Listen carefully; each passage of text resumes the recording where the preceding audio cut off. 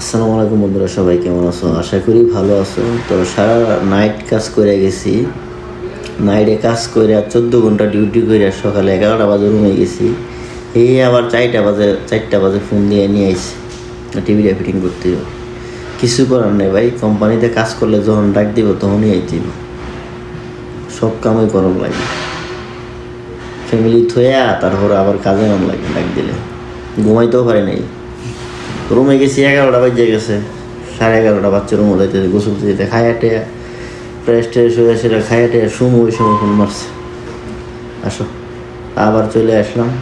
চলে আসেই যেমন এলইডি টিভিটা ফিটিং করতেছি। এলইডি টিভির ফিটিংটা করে আসাই আবার রুমে যাইতে দিব।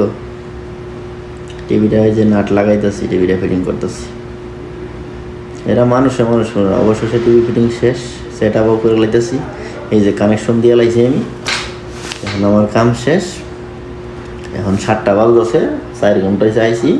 আবার রুমে যাবো, আবার জানি কোন সময় ফোন দেয়। তো ভালো